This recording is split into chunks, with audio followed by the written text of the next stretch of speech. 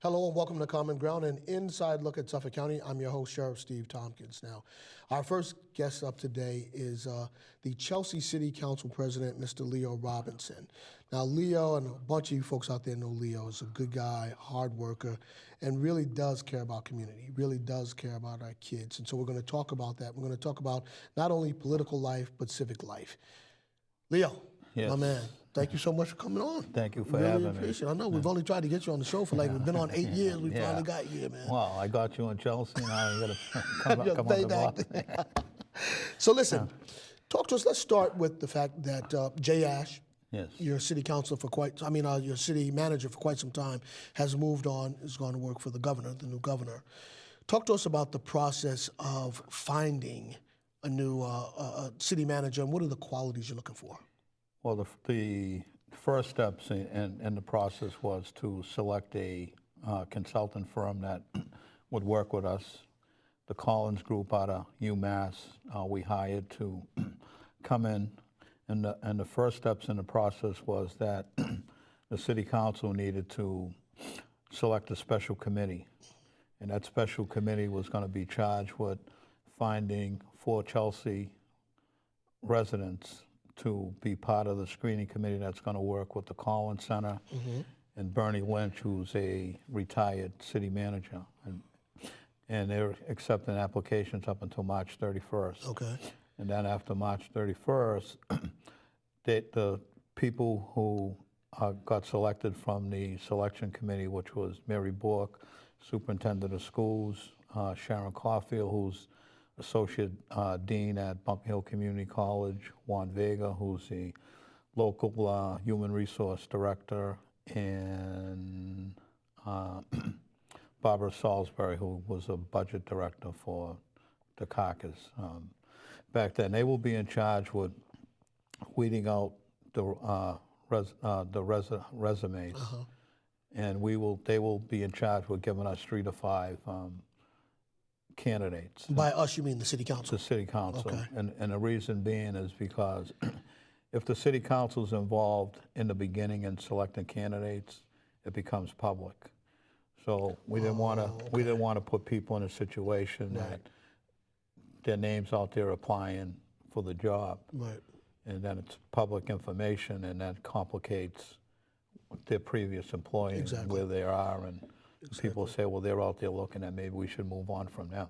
So now you close the application. The application deadline is March 31st. Yes. And then they start to weed out of, just say, hypothetically, they get 50 applications. They weed that down to 3 to 5. Yeah. Then they present that to you guys. And they present that to us, and then those names become public because we will bring them in for interviews with community people along with the city council. The community people will be able to, if they have questions, be able to give it to one of the counselors, and they can ask that question. Okay. So there'll be community involvement, and it's been an open process from the beginning. And one of the issues that has propped up for me is that I know somebody who's going to be in, or a couple people that are going to be in, and they wanted to make sure that it was going to be an open process. And I tell them it's not about friends and it's not about cliques. It's the best possible candidate, male or female, that's going to be able to continue to push Chelsea forward as to the things that we have in place. I mean, we have 2 more hotels coming online. And what do you have now, 2 down there or 1? No, well, that'll give us a total of 6 hotels. Oh, really? I thought you my bad. I thought you had like 1 or 2, so that'll be 6. That'll be 6, and don't forget, Chelsea, we're only 1.8 square miles. So before we get, because eventually I want to get to that and talk about the revitalization of Chelsea, but let's finish the process. And so you'll have these 3 to 5 folks meet with community folks. They'll meet with the city council, and community people will be there to listen to the interviews. Okay. And they'll have some input into the interviews. And then, so then you look at that, and then you will whittle that down to, is it like the top 3 or just the top 1, or how does it work? Well, that committee is going to dwindle it down to the top 3 or 5. No, I don't know that, but I'm saying once you get to that 3 or 5 and they meet with the community folks. Well, the community folk will be with the council, and we will dwindle that down to, if it's 5 candidates, we'll dwindle down for 3. Right, okay. And then we'll bring the 3 people back, and and hopefully we'll come to a conclusion out of those three who we actually want. So simply put, just tell the folks out there that are watching the program, what is the job functionality of the city manager? The city manager actually works for the city council. Okay. Some people get confused that the city council works for the manager, but it's in reverse. The city council, the manager actually works for the city council. Okay. We've allowed Jay to have a lot of leeway. Jay Ash, the former. Jay Ash, because of, the things he was able to bring to the table. Now, how long was he in office? How long was he in that position, rather? Jay was, for 14 and a half years, Jay Okay. was the city manager. Before he was the city manager, he was the planning and development director. Okay. So he has over 20 years, involved in city government in Chelsea, not including what he did on the state level. So the city manager's functionality is? He's to take care of the day-to-day operation. Okay.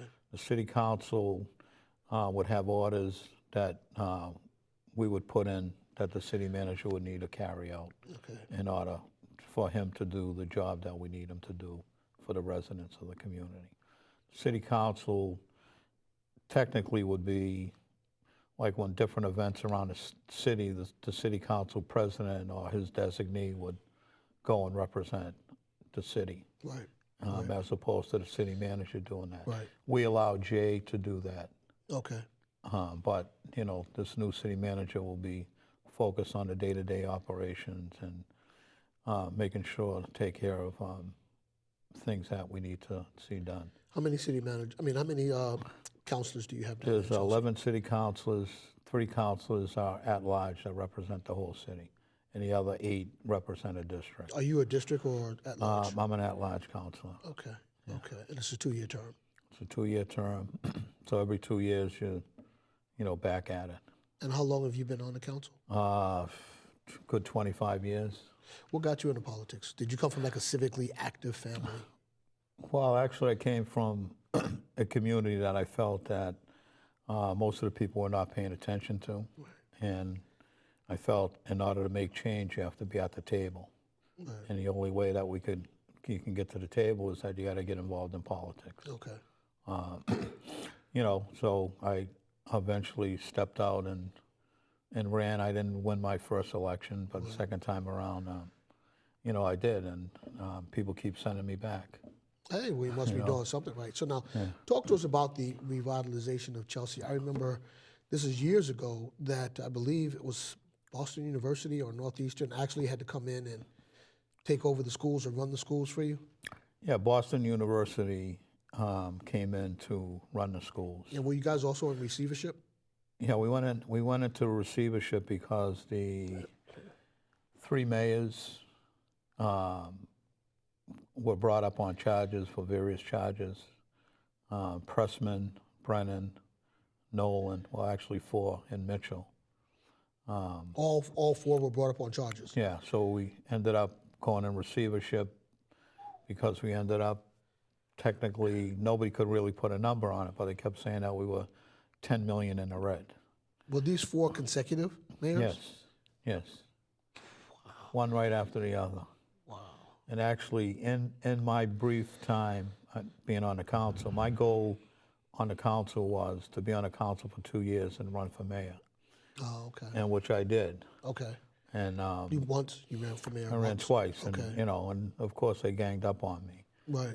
But so then after I ended up going back to be on the council so that I could stay and have some input as to what's going to happen in my community. So after the 4th mayor got in trouble, We went you guys into decided, receivership. but then you also decided to do away with that mayor's office and replace that with a city manager?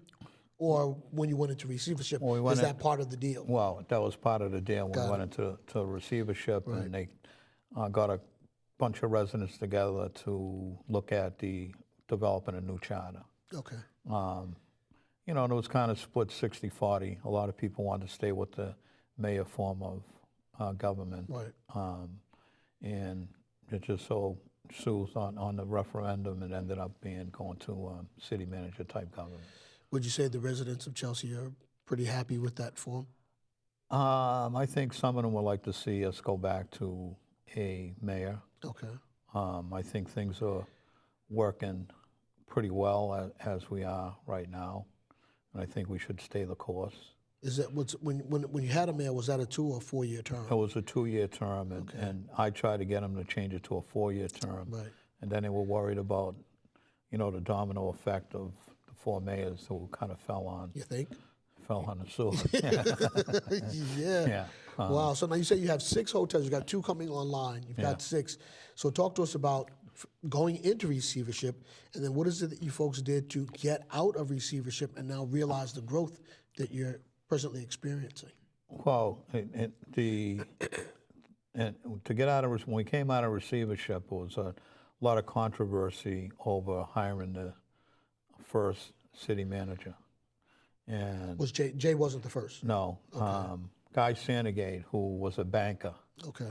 and who used to be a former alderman in Chelsea, he became the first city manager. Jay became the first development person. Okay. Right. And in my own opinion, I felt Jay had a lot to say and do as far as running the overall city and being part of community development. And that Jay had such a good reputation out in the community around the state that he was able to attract developers to come to Chelsea. And one of the things that we did, we changed the turnaround time when people had to go before the planning board and the appeals board. We'd get people in right away. Before it would take, you can go before the planning board and not get an appointment before the appeals board for 6 months later. And so sometimes developers who need to fast track things couldn't fast track things. Right. And one of the things that we took advantage of for developers was the tax incentive program, in which we have 23 tax incentive programs that we were able to bring in your hotels, be able to bring in some of the housing development into the city. Like you would have a vacant piece of property that you weren't getting any taxes on. And the developer came and said, I'd like to develop this parcel, but I don't have enough money to do that. And one of the ways that we did it was we'd give them a tax break, say for, like the first hotel had a 10-year tax breaks, but 10 years that they gradually worked up until they got to the 10-year to pay the full taxes. But we still were generating money from those taxes as opposed to just leaving the land vacant. And that helped attract other developers to come into Chelsea. One of the things I keep an eye on and worry about is the gentrification of communities. And, we get affected by Boston rents. Right. And we have seen the trend of young people who got pushed out of the Boston market, who are doing pretty well, who used to live in the South End, Right. are now coming to Chelsea. Yeah. One North, which was a high-end development, Right.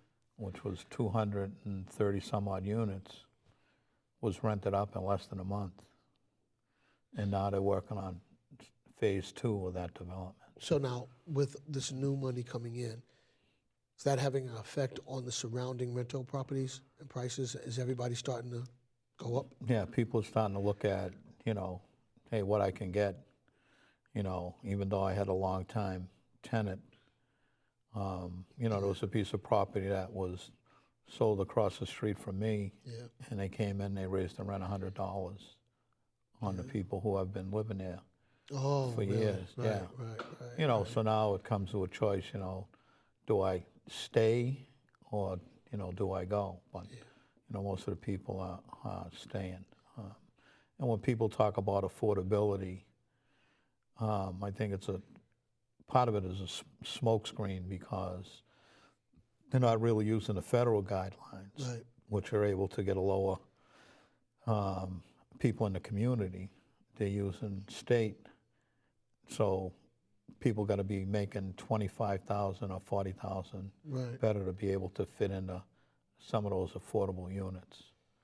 So a lot. But you don't have rent control down there, No, right? we That don't was all have. done away with. Yeah, rent control would never be. Well, I attempted to bring that up in the past and kind of never really went anywhere. There was just never enough votes there to get anything done. So what's your thoughts? You say that folks that once were living in Boston, they can no longer afford to live in Boston, moving down to Chelsea. Aside from the monetary aspect of it, is this a good thing for Chelsea? Having new blood, new vibrancy, folks coming in? Yeah, you always need a new infusion of people coming to the community, but also Chelsea is known for its diversity, and you don't want to see that diversity become weak because folk can't stay in the community. What's the breakdown? Do you know? African American, Latino, so on and so forth. Well, the Latino is the largest population. It It is. depends on, who you're getting the numbers from, Right. who it's coming from. And then the white community is the next largest community. There's one of the misconceptions of Chelsea is that there's always been an African American community. My family goes back along with the other longtime African American families, at least 150 years Is that a fact? in Chelsea. Wow. And I remember when Chelsea got its first African American superintendent, School superintendent. school superintendent, Right. who met with my brother and myself and said, I didn't know there were any black people that lived in Chelsea. Right. Wow. So it's a small population of Well, it's a blacks. lot larger than people think. It's just a community who has not really been involved and really engaged the community. Now there's a new group that's in Chelsea that is looking to get more active. Are the folks down there politically active? By that I mean, do Chelsea residents get out and vote? Well, we've gone from, in my first campaigns, 80% of the population came out to vote. So you couldn't win an election if you didn't get 3,500 votes. Okay. You'd barely win an election. Right. And then people would get 5,000 or better. Okay. Right now, in the districts, you can win a district weights with 100 votes or 200 votes. Yeah. Really? Yeah. In that large race, you'd get 2,500 votes. So you could see the big drop in, Yeah. people participating. And I think some of it had to do with not having a mayor. Right. So people feel like, there's no need for me to come out and vote. Right. But it is important for them to have a say in their community and represent the people who think like they do and act like they do. What are the issues that really are your burning passion? Well, I think when I look at my community and I look at events, and I could see like when Latimer does an event, the whole community doesn't participate. Right. But when the Latino or the other communities have an event, they always want to make sure that Latimer people Are there? but Right. they don't reciprocate the other way. And I like to see a little more inclusion into, that mix, because the neighborhood I grew up in was the most diverse population Right. in the city. And people knew who lived next door to them, and if people didn't see Sheriff Tompkins for 2 or 3 days because they didn't come to the store, Right. they'd have somebody knock on your door to make sure that they would do a well check to make sure that you were doing An involved okay. community. Yeah. Interesting. So now, from growing up in Chelsea to where we're at present day, Yeah. has it changed a lot? Yes, growing up in Chelsea, we had 3 junior high schools, Okay. Shirtliff, Williams, and Carter. Right. They all had sports teams, so you had a lot of interaction with people in the community. Right. Chelsea was a very Jewish community. Oh, really? Okay. Yes, so education was at the forefront. I see. And a lot of the teachers who taught at Chelsea lived in Chelsea, shopped in Chelsea. Right. being my family had a long history in Chelsea, and how life changes.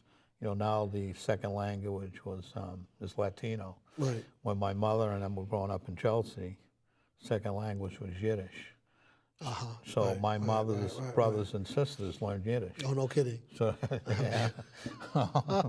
So when my uncle, talks to a lot of his Jewish friends and Right. speaks in Yiddish, Right, it kind of blows their mind that sure it does. he can speak better Yiddish than they do. So what's the future of Chelsea?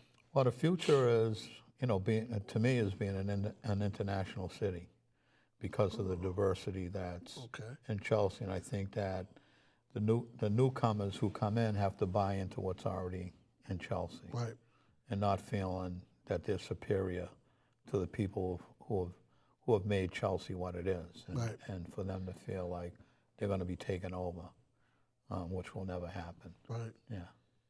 So, but is there some sense that that could happen? Well, it can happen because of the rents. And that, if they start driving out people on the low end of the spectrum, that they got to go and live in other communities that the rents are cheaper. Yeah. Let me go back to the school. So there were 3 junior highs. There's now how many? There's one. There's 1 junior high, 1 high school, And one high school. and how many elementary? And one elementary complex that housed 3 schools. Wow. So there's not a whole lot of interaction like it was when I was growing up Right. in Chelsea. But it's that community feel, the people that you grew up with, that really kind of introduces the vibrancy of a community. Not to say that a bunch of folks from outside the community could not do the same, but you kind of get that sense of loss when people are forced to move because they no longer afford to live there. Yeah. Well, like I'll give you a good example. One North, great development. Right. People are living there. Right. They don't shop in Chelsea. So if they work in Boston, they shop in Boston. They do everything in Boston. I see. They drive home and go to sleep, get up and go to work the next day and Right. do everything So that money's wherever they not work. being reinvested It's back not into the being community. reinvested. One of the issues that I've always pushed and felt strongly about is that the police and fire, all new hirees that come on the job, Right. should have to live in the city of Chelsea for 5 years. You guys don't have a residency rule. No, and it was voted down 6-5 that they Really? shouldn't. Recently? Yeah. Within the last 6 months, yes. Really? Yeah. You think it'll come back up again? I'm hoping at some point that they realize. I don't think they understand the economics, and I say to them, you look at if those folk own property here, Right. that means your property tax is going to go down. Right. If their kids are going to school here, maybe their parents will be a little bit more involved in the school system. Right. Right. And maybe they would participate in other things going on in the community. How closely or not has Jay Ash remained with the community now that he's working for the governor?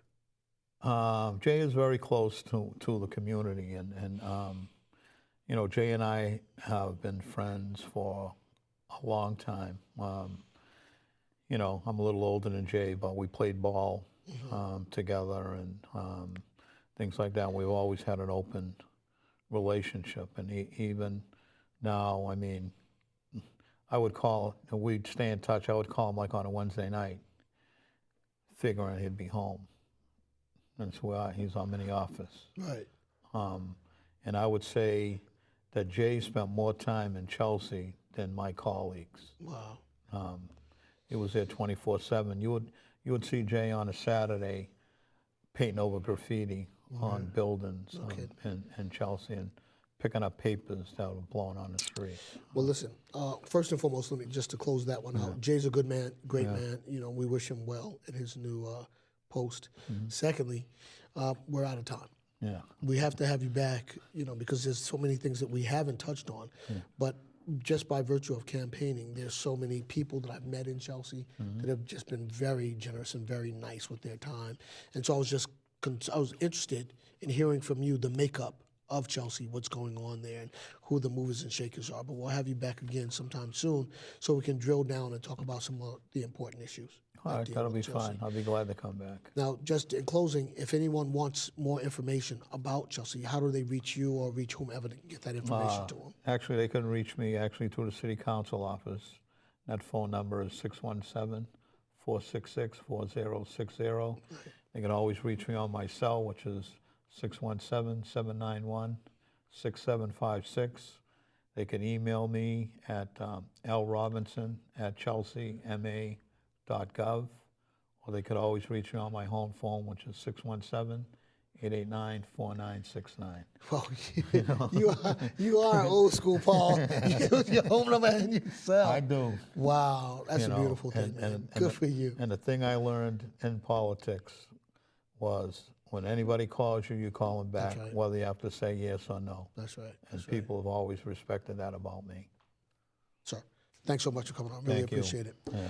All right, folks, we're going to go to a break, so please do stay tuned. We'll be right back.